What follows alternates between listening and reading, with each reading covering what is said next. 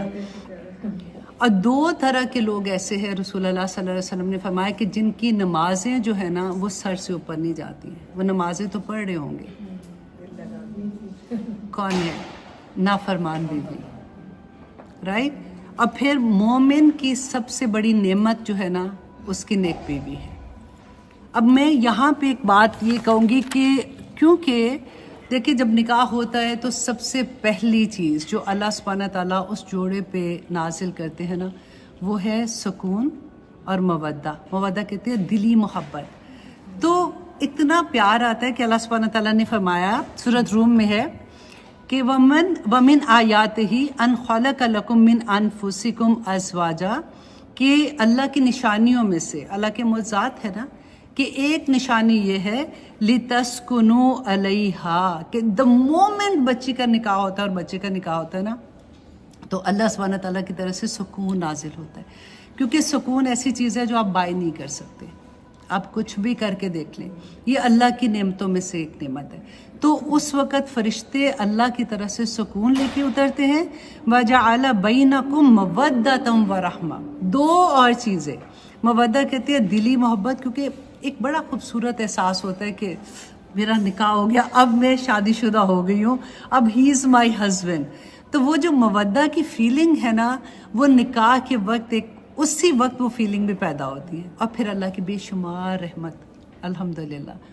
اور پھر اللہ سبحانہ تعالیٰ نے دیکھیں کہ نکاح کے خطبے میں آپ دیکھیں رسول اللہ صلی اللہ علیہ وسلم نے پورے قرآن میں سے جو آیات پک کی ہے نا ان میں ایک ہی بات ہے, اور آج تک وہی خطبہ پڑھا جاتا ہے, خطبہ چینج نہیں ہوا جو رسول اللہ پڑھتے تھے. اتقوا اللہ, اللہ سے ڈرتے رہنا بچوں. یہ جو نیا رشتہ تم نے قائم کرنے جا رہے ہو تم اللہ سے ڈرتے رہنا, کیونکہ حقوق و فرائض کا معاملہ آ جاتا ہے نا. دیکھیں ایک نیا گھر, کیونکہ ابھی تو لڑکا ہے نہیں ہے نا تو ہم اپنی بچی سے ہی بات کریں گے, کہ ایک نئے گھر میں جب بچی جاتی ہے تو اس گھر میں اتنے سالوں 30-40 سال کی ایک اپنی رسومات, اپنے وے آف لائف, اپنا طریقہ ہوتا ہے. تو جاتے ہی میں ہمیشہ یہ کہتی ہوں کہ بیٹا بدلنے کی کوشش نہ کرنا. ایسے نہیں کہ نہیں مجھے آئی ڈونٹ لائک دس, پہلے دیکھو اس گھر کو, دیکھو اس کو, چپ کر کے آبزرو کرو کہ ہر ایک کی عادتیں کیسی ہیں اور کس طرح سے رہنا. اب تو الحمدللہ کافی آسانیاں ہیں کہ بچے ویسے بھی علیحدہ رہتے ہیں, تو اس طرح کی وہ ٹف لائف جو ہماری زمانے میں ہوتی تھی وہ نہیں ہے. لیکن سٹل کیونکہ یہ دونوں رشتے قائم ہوتے ہیں, دونوں گھر آپس میں, اٹس ناٹ اونلی کہ لڑکا لڑکی ملتے ہیں, 2 گھر آپس میں ملتے ہیں. تو ان گھروں میں سکون کیسے رہے گا؟ کیونکہ دیکھیں سب سے بڑی بات کہ جب اس گھر کی کوئی بات باہر نہیں کرنا, اپنی مما سے نہیں کرنا, اپنی بہن سے نہیں کرنا, اور پہلے سے یہ عہد کرنا ہوتا ہے اپنے آپ سے. کیونکہ دیکھیں عورت, ہم میں سے ہر ایک نے جب اپنا گھر بنایا ہوتا ہے نا, ہم نے بالکل ایک مرغی کے بچے کی طرح نہیں, جیسے اپنے اندر چھپایا ہوتا ہے اس کی خامیاں, اس کی ماں کس لیول سے گزر رہی ہوتی ہے, لیکن وہ ان کو چھپا کے رکھتی ہے, دنیا سے کوئی بھی نہیں ظاہر کرتا نا. لیکن جب ایک نیا گھر آتا ہے, وہ لڑکا آئے یا لڑکی آئے, جیسے ان کے گھر میں تو خیر سے لڑکا بھی آئے گا, تو اس گھر کی بہت سی ایسی چیزیں ہوتی ہیں کہ اگر سمجھدار بچی ہوگی نا تو اس کو کبھی ایسے نہیں کہ ماما ادھر تو ایسے ہوتا ہے, ماما ان کی تو بیٹی ایسے تھی, ماما ان کا تو دماد ایسا تھا. تو وہ بڑی تکلیف دہ چیزیں ہوتی ہیں جب وہ گھر کی باتیں باہر نکلنی شروع ہوتی ہیں. میں ہمیشہ یہ کہتی ہوں کہ دیکھو گھروں کو بنانا بہت سال لگ جاتے ہیں اور توڑنا بڑے آسان ہوتے ہیں, اور یہ بہت بڑا مرحلہ ہوتا ہے زندگی کا جب اللہ سبحانہ تعالیٰ بچوں کی شادیوں کا مرحلہ آتا ہے, کیونکہ یہ آسان معاملہ نہیں ہے. شادی جو ہے سب ہیوج ذمہ داری, بہت بڑی ذمہ داری ہوتی ہے. پہلے ایک بچی کی اپنی زندگی ہوتی ہے, میرا گھر, میرا فون, میرا کمرہ, میرا ٹی وی, میں ہوتا ہے, اور اس کے بعد ایک دم سے ہر چیز میں شیئر کرنا ہو جاتا ہے. اس میں پھر بڑے حوصلے سے, بڑے صبر کے ساتھ, اور اس میں ہمیشہ یہ کہتی ہوں کہ ماں کا بہت بڑا ہاتھ ہوتا ہے. سمجھدار مائیں جو ہوتی ہیں وہ بچیوں کو جمانے میں شروع کا ٹائم ہر ایک کے لیے مشکل ہوتا ہے.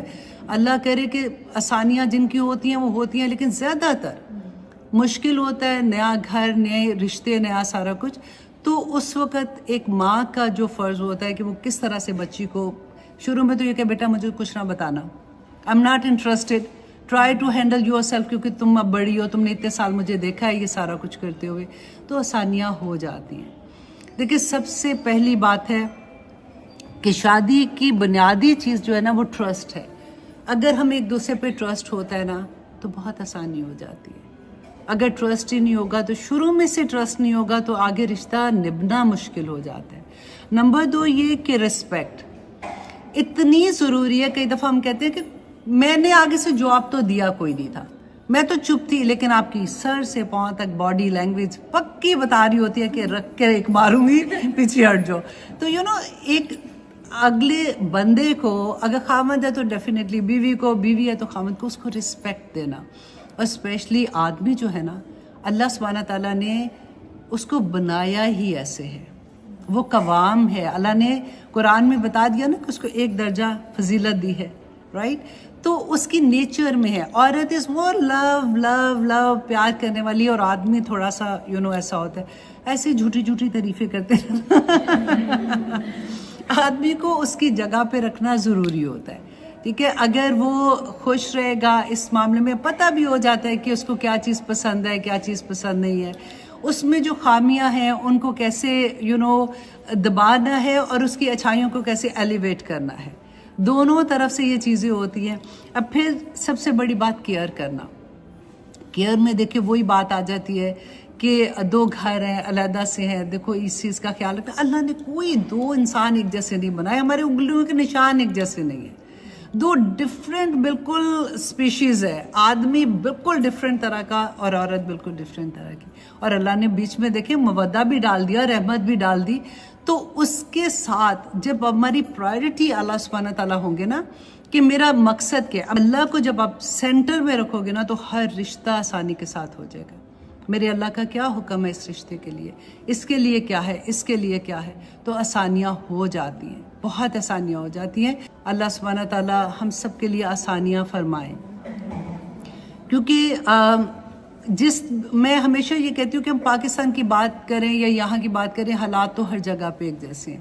اگلی زندگی میں جو ہماری بچے جا رہے ہیں نا، اگر ہمارے بچے کامیاب ہو جاتے ہیں، اگر آپ دیکھیں دنیاوی لحاظ سے کامیاب ہو بھی جائیں گے نا، اگر ان کو آپ دین نہیں بتاؤ گے، ہر وہ چیز، ایچ اینڈ ایوری نعمت آپ کو جو اللہ نے عطا کی ہے، اس کے ساتھ ہدایت کا میجک سٹون نہیں لگا تو وہ آپ کے لیے عذاب بن جائے گی۔ یہ یاد رکھیے، ہر وہ چیز، آپ کو پیسہ اگر میں دیا ہوا نا، اگر اس میں پیسے میں ہدایت مینس کہ آپ کا حلال کا پیسہ نہیں ہے، وہ پیسہ آپ کا ایسے نکلتا ہے کہ جان بھی لے کے نکلتا ہے۔ اگر آپ کی اولاد ہے، آپ نے دنیا دار بنا دیا، آپ نے اللہ کی پہچان نہیں دی ہے، جو آپ کو اس کا جواب تو دینا ہے نا اللہ سبحانہ تعالیٰ کو۔ اگر آپ نے نہیں دیا، آپ کے دنیا دار بچے ہو جائیں گے، لیکن اللہ کے لحاظ سے تو وہ فیل ہو جائیں گے نا، کہ دین دیا ہی نہیں ہے تم لوگوں نے۔ ہر وہ نعمت کو یاد رکھیے گا جو اللہ نے آپ کو زندگی سے لے کے آنکھیں، ہاتھ، پاؤں، چلنا پھرنا، بیٹھنا اٹھنا، بات کرنا، ہر نعمت اگر ہدایت پہ نہیں ہے تو آپ کے لیے وہ عذاب بن جائے گی۔ اللہ سبحانہ تعالیٰ نے بینہ قرآن میں بیان کر دیا ہوا ہے۔ ہم پھر روتے ہیں، پھر ڈپریشن ہوتا ہے۔ کیوں بڑوں کو اتنا ڈپریشن میں پڑے ہوتے ہیں؟ کیونکہ جب ان کو ایکچولی نظر آتا ہے تو تکلیف ہوتی ہے۔